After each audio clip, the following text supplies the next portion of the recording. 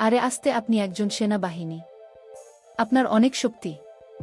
আপনি সকালে ব্যায়াম করেন, আপনার সাথে আমি কি পারবো? এটা তো আমার প্রথম।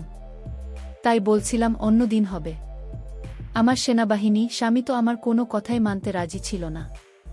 সে তখন আমাকে ধাক্কা দিয়ে বিছানায় ফেলে দিল। বন্ধুরা, মূল ঘটনাটি শুরু করার পূর্বে তোমাদের কাছে ছোট একটা রিকোয়েস্ট, তোমরা যারা এখনও আমার চ্যানেলটি সাবস্ক্রাইব করনি তারা চ্যানেলটি সাবস্ক্রাইব করে পাশে থাকবে। এবার আসল ঘটনাটি শুরু করি। আমার নাম ফারজানা। বিয়ের দিন বাসর রাতে জানতে পারি যে আমি নাকি মা হতে চলেছি। কিন্তু এটা কি করে সম্ভব? কারণ বিয়ের আগে তো আমি কখনো কোনো অচেনা ছেলের সঙ্গে কথা বলা তো অনেক দূরের কথা। আমি তো কোনো আলগা ছেলের সঙ্গে কথা বলতে ভয় পেতাম। আমার বিয়ে একজন সেনাবাহিনীর সঙ্গে হয়েছিল বাসর রাতে। আমি যখন মুখে ঘোমটা টেনে ও মনে অনেক আশা নিয়ে আমার সাহসী সেনাবাহিনী স্বামীর অপেক্ষায় বসেছিলাম, তার কিছুক্ষণ পরেই আমার স্বামীর বাসর রাতে ভিতরে এসে দরজা ভেতর থেকে বন্ধ করে দিয়ে আমার কাছে এসে বলল, ফারজানা, আজ আমাদের প্রথম রাত। তাই আমি রাতটাকে চিরস্মরণীয় করতে চাই।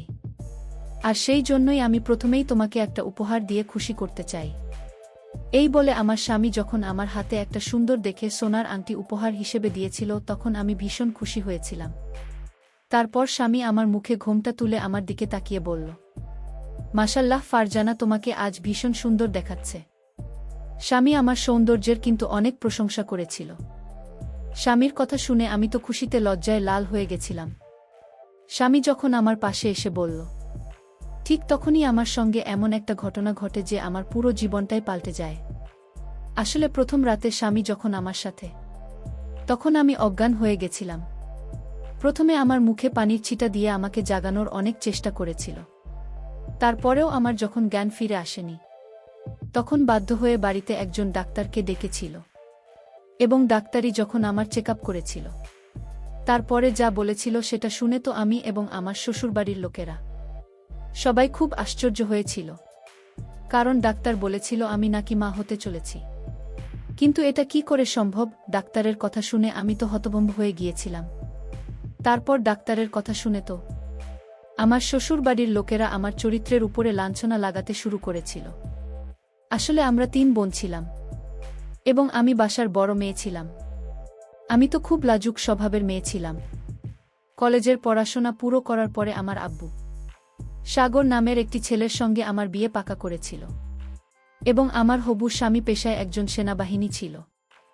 আমার হবু স্বামী সাগরের চাকরি দেখেই তো আমার আব্বু তাকে আমার জন্য পছন্দ করেছিল। আমার বিয়ের কথাবার্তা চলাকালীন হবু স্বামী কিন্তু বলে দিয়েছিল যে বিয়েতে কোনো রকম যৌতুক নেবেন না। এই বিয়েতে আমাদের দূর সম্পর্কের এক খালা ঠিকঠাক করেছিল। বিয়ে পাকা হওয়ার আগে খালা আমার অভিভাবকদের বলেছিল যে তারা নাকি অনেক ভালো মানুষ। বিশেষ করে আমার খালা হবু শাশুড়ির ব্যাপারে বলেছিল যে উনি নাকি কোনো যৌতুক নেবেন না এবং আমাকে শুধুমাত্র 2 জোড়া কাপড়ে বিদায় করে শ্বশুরবাড়িতে নিয়ে যাবেন।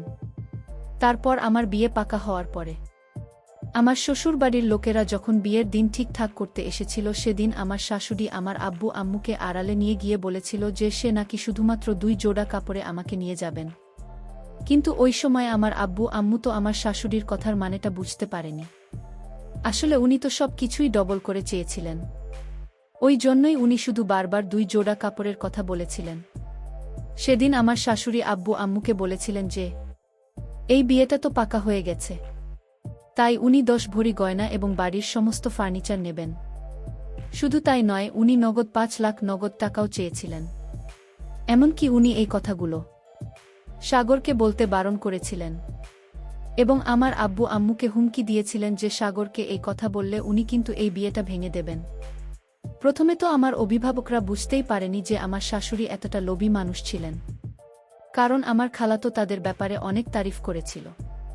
কিন্তু বিয়ে পাকা হওয়ার পরে আমার আব্বু আর পিছু সরতে পারেনি। কারণ আমাদের যখন থেকে দেখাশোনা শুরু হয়েছিল তারপর থেকেই কিন্তু সাগর প্রায় প্রত্যেক দিন আমাদের সবার সঙ্গে দেখা করতে আসত এবং সে কিন্তু সত্যিই একজন খুব ভালো মানুষ ছিল। সে তো এই ব্যাপারে জানতেন না যে তারা মা ভেতরে ভেতরে আমার আব্বার কাছে এতগুলো যৌতুক চেয়েছিল। এদিকে সাগর যেদিন প্রথম আমাকে দেখতে এসেছিল সেদিন সে আমাকে পছন্দ করে ফেলেছিল। আসলে আমি 18 বছরের খুব সুন্দরী তরুণী ছিলাম তারপর সে কিন্তু প্রত্যেক দিন আমাকে দেখার বাহানায় আমাদের বাড়িতে আসত। এবং তার সঙ্গে আমাদের এত ভালো সম্পর্ক তৈরি হয়েছিল যে আমার আব্বু তো নিজের মনের মধ্যে গেঁথে নিয়েছিল যে যতই যাই হয়ে যাক না কেন আমার বিয়ে কিন্তু সাগরের সঙ্গে দিবে। এদিকে আমার হবু শাশুড়ি তো ভেতরে ভেতরে আমার আব্বুর কাছে এতগুলো যৌতুক চেয়েছিল, সেটা তো আমরা জানতামই না। তারপর ধীরে ধীরে যখন আমার বিয়ের দিন কাছে আসে, তখন গায়ে হলুদের দিন সাগরের বাড়ি থেকে সবাই আমাদের বাড়িতে এসেছিল। তার মা, চাচিরা, খালারা এবং সাগর নিজেও এসেছিল। সে তো সবসময় আমার সঙ্গে দেখা করারও কথা বলার বাহানা খুঁজতে গায়ে হলুদের দিন তাদের তরফ থেকে আমার জন্য তারা জামাকাপড় ও কিছু গয়না এবং গায়ে মাখানো হলুদ নিয়ে আমাদের বাড়িতে এসেছিল। আমার বিয়ের দিন দেখতে দেখতে চলে এসেছিল একদিকে। আমি তো খুবই খুশি ছিলাম এটা ভেবে যে আমি এত ভাল ছেলেকে নিজের জীবনে পেয়েছি। না হলে এখনকার যুগে তো প্রত্যেকটা চাকরি আর ছেলে যৌতুক নেওয়ার জন্য নিজেদের মুখ খুলে বসে থাকে। কিন্তু সাগর একজন সেনাবাহিনী হওয়া সত্ত্বেও সে আমার আব্বুর কাছে কোনো রকম যৌতুক নিতে চায়নি। সে নিজেই আমার আব্বুকে বলেছিল, আপনার মেয়েকে আমার বউ হিসাবে নিজের বাড়িতে নিয়ে যাব। এটাই স্বামী কথা ছিল। আপনি যে নিজের মেয়েকে আমার হাতে সঁপে দেবেন, এটা অনেক। কিন্তু তার মাঝেই ভেতরে ভেতরে আমার শাশুড়ি যে আমার আব্বুকে মানসিকভাবে চাপ দিয়েছিল যৌতুকের জন্য, সেটা তো আমরা কেউ জানতাম না। এদিকে বিয়ের আগেই সাগরে ভালোবাসা পেয়ে আমি তো তাকে মন থেকে নিজের স্বামী রূপে গ্রহণ করে ফেলেছিলাম এবং আমি খুব খুশি ছিলাম শ্বশুর বাড়ি যাওয়ার জন্য। কিন্তু অন্যদিকে আমার আম্মু, আব্বু ও বোনেদেরকে ছেড়ে যাওয়ার একটা কষ্ট আমার মনের মধ্যে ছিল। কারণ আমরা 3 বোন সব সময় একসঙ্গে থাকতাম এবং আমি আমার ছোট 2 বোন এদের খুবই ভালোবাসতাম। সেদিন সাগর যখন আমাদের গায়ে হলুদের দিন আমাদের বাড়িতে আসে, সেদিন সে সবার চোখে ধুলো দিয়ে আমাকে একটা ঘরের মধ্যে নিয়ে গিয়ে এটাই আমার সঙ্গে কথা বলেছিল এবং সে নিজের এমনকি বলেছিল, আর মাত্র একদিন তারপরে আমাদের অপেক্ষায় অবসান ঘটবে এবং আমি তোমাকে নিজের করে নেব। 1 মাস ধরে অপেক্ষা করেছি এই দিনটার জন্য। সেদিন আমিও কিন্তু থাকতে না পেরে সাগরের সাথে আমাদের বাড়িতেও সেদিন অনেক আত্মীয়রা ছিল। আমার চাচি ও খালার, আমিও, মামারা, ঘর ভর্তি লোকজন ছিল এবং তারা কেউ বুঝতেই পারেনি যে বিয়ের আগের দিন রাতে যখন বাড়িতে প্রোগ্রাম হচ্ছে, তখন আমি চেয়ারে বসে সবার আনন্দ ফুর্তি দেখছিলাম এবং আমার ছোট বোন আমার হাতে মেহেন্দি লাগিয়ে দিচ্ছিল। ঠিক ওই সময় আমার মেজ বোন মানে আয়েশা আমার জন্য 1 গ্লাস শরবত নিয়ে আসে। সে যখন খুব ভালোবাসে আমাকে সর্বদা খাইয়ে দিয়েছিল, তখন আমার ইচ্ছে না থাকা সত্ত্বেও আমি ওই গ্লাসের শরবতটা খেয়ে নিয়েছিলাম। কিন্তু শরবত খাওয়ার আধ ঘন্টা পরে জানি না আমার হঠাৎ করে কি হয়েছিল। আমি তো শরবত খাওয়ার পরে বেহুশ হয়ে গিয়েছিলাম ওই সময়। কিন্তু আমার শ্বশুর বাড়ির লোকজনেরা সবাই আমাদের বাড়িতেই ছিল, এমনকি আমার হবু স্বামী আমাদের বাড়িতেই ছিল। তারপর আমাকে বেহুশ হতে দেখে তো আমার বাড়ির লোকজন ডাক্তারকে বাড়িতে ডেকে নিয়ে এসেছিল। ওই সময় ডাক্তার যখন আমার চেকআপ করছিল, তখন আমার হবু শাশুড়ি তো আব্বু আম্মুকে যা ইচ্ছে তাই বলে অপমান করেছিল। এমনকি উনি তো কিছু না জেনে বুঝে আমার আব্বুকে বলেছিলেন যে, আপনার মেয়ে এভাবে হঠাৎ করে মাথা ঘুরে কেন পড়ে গেছে, আপনার মেয়ে আবার মা হতে চলেছেন না তো? আমার তো মনে হচ্ছে আপনার মেয়ে চরিত্রহীন। আমার তো মনে হচ্ছে আমি যেটা সন্দেহ করছি সেটাই সঠিক হবে। আপনার মেয়ে নিশ্চয় কিছু না কিছু আছে করেছে, না হলে এভাবে হঠাৎ করে সে মাথা ঘুরে কেন বেহুশ হয়ে গেছে। আমার শাশুড়ির কথা শুনে আব্বু তো ওনার সামনে হাত জোড় করে অনেক অসহায় হয়ে বলেছিলেন, আমাদের উপরে বিশ্বাস করেন, আমার মেয়ে রকম কখনো করতে পারে না, হয়তো তার শরীর অনেক বেশি খারাপ ছিল, যার জন্য সে মাথা ঘুরে পড়ে গেছে ওই সময়। কিন্তু আমার স্বামী তার মাকে বলেছিলাম, মা, তুমি কিছু না জেনে বুঝে কিভাবে ফারজানার উপর এত বড় মিথ্যা আরোপ করতে পারলে? শুধুমাত্র গর্ভবতী হলে কি মাথা ঘুরে পড়ে যায়? আরও তো অন্য কিছু ব্যাপার থাকতে পারে। তাই তুমি ফারজানার ব্যাপারে আর একটাও বাজে কথা বলবে না। ফারজানার উপরে আমার অনেক বিশ্বাস আছে। আমি তাকে গত 1 মাস থেকে চিনি, জানি। তাই আমার বিশ্বাস আছে যে ফারজানা এরকম কখনো করতে পারে না। ওই সময় আমাদের বাড়িতে উপস্থিত থাকা সব কুটুমজনেরা কিন্তু আমার ব্যাপারে এরকম মন্তব্য করেছিল। ঠিক ওই সময় আমাদের ঘরের জানালা দিয়ে কেউ রিপোর্টের ছুঁড়ে ফেলে দেয়। ওই রিপোর্ট দেখে আমার শাশুড়ি তো হাউমাউ করে কাঁদতে কাঁদতে ওই রিপোর্ট হাতে নিয়ে তার ছেলের কাছে গিয়ে বললেন, দেখতে পাচ্ছিস তো, এখন তো তোদের বিয়ে হয়নি, আর তুই এই মেয়েটার উপরে এত ভরসা করছিস। তাহলে এই রিপোর্ট টেস্ট কেন এখানে কেউ ছুঁড়ে ফেলেছে? তাহলেই মেয়েটার মধ্যে নিশ্চয়ই কোনো খুঁত আছে। তারপর আমার শাশুড়ি ডাক্তারের কাছে গিয়ে বললেন, ম্যাডাম আপনি সত্যি করে বলেন এই মেয়েটা কি হয়েছে? ডাক্তারের তখন সবার সামনে বলেছিল, আমি নাকি মা হতে চলেছি। ওই কথা শুনে তো আমার শাশুড়ি হাউ মাউ করে কাঁদতে কাঁদতে তার ছেলের সামনে গিয়ে বলেছিল, দেখলি তো, এবার তো আমার কথা বিশ্বাস করি না যে এই মেয়েটা চরিত্রহীন। ডাক্তারের চলে যাওয়ার পরে আমার যখন জ্ঞান ফিরে আসে, তখন আমার হবু স্বামী আমাকে সব কিছু বলেছিল।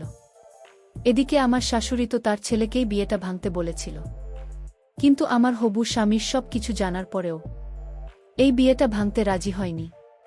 তারপর আমার শাশুড়ি একটা সুযোগ নিয়ে আমার আব্বু ও আম্মুকে বলেছিল যে উনি নাকি একটা শর্তেই বিয়ে করাতে রাজি আছেন। ওদিকে আমার আব্বু তো কেঁদে কেঁদে অস্থির হয়ে পড়েছিল। তারপর আমার শাশুড়ি বলছিল উনি নাকি 10 লাখ টাকা একটা 4 চাকা ও নেবেন, তবে নাকি আমাকে বাড়ির বুক করবেন। আমার আব্বু তো বাধ্য হয়ে আমার শাশুড়ির সব কথা মানতে রাজি ছিল। এদিকে আমার মা আমার আব্বুর সঙ্গে এই ব্যাপারে জড়ো করেছিল যে আমার আব্বু যদি তার জমানো সব টাকা আমার বিয়েতে খরচ করে দেয় তাহলে আর বাকি 2 মেয়ের বিয়ে কিভাবে দেবেন। এদিকে আমি আমার হবু স্বামীকে প্রমাণ দেওয়ার চেষ্টা করেছিলাম যে আমি চরিত্রহীন নই এবং আমি মা হতে পারি না, কারণ আমি তো কারো সঙ্গে। তাহলে আমি কিভাবে মা হতে পারি? আমি তো অনেক বেশি ঘাবড়ে গিয়েছিলাম আমার বিয়ে নিয়ে, কারণ আমি যখন শুনেছিলাম যে আমি নাকি মা হতে চলেছি, আমি তো তখন ভেবে নিয়েছিলাম যে এবার তো আমার বিয়েটা ভাঙা নিশ্চিত, কারণ কোনো ছেলে বিয়ের আগে যখন মেয়েটার ব্যাপারে এটা জানতে পারবে যে আছে, তাহলে তো সেই ছেলেটা কখনোই মেয়েকে বিয়ে করবে না।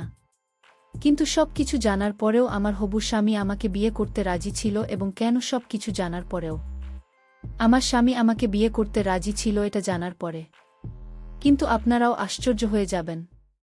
কিন্তু আমার স্বামী বলল, শুধু আমার আব্বুর সামনে একটা শর্ত রেখেছিল যে আমাদের বিয়েটা পরের দিন নয়, আগামী 5 দিন পরে হবে, কারণ এসব ঘটনা তো আমাদের বিয়ের আগের দিন হয়েছিল। আমার আব্বু তো ওই সময় ছেলেপক্ষ ওদের সব শর্ত মানতে রাজি ছিল।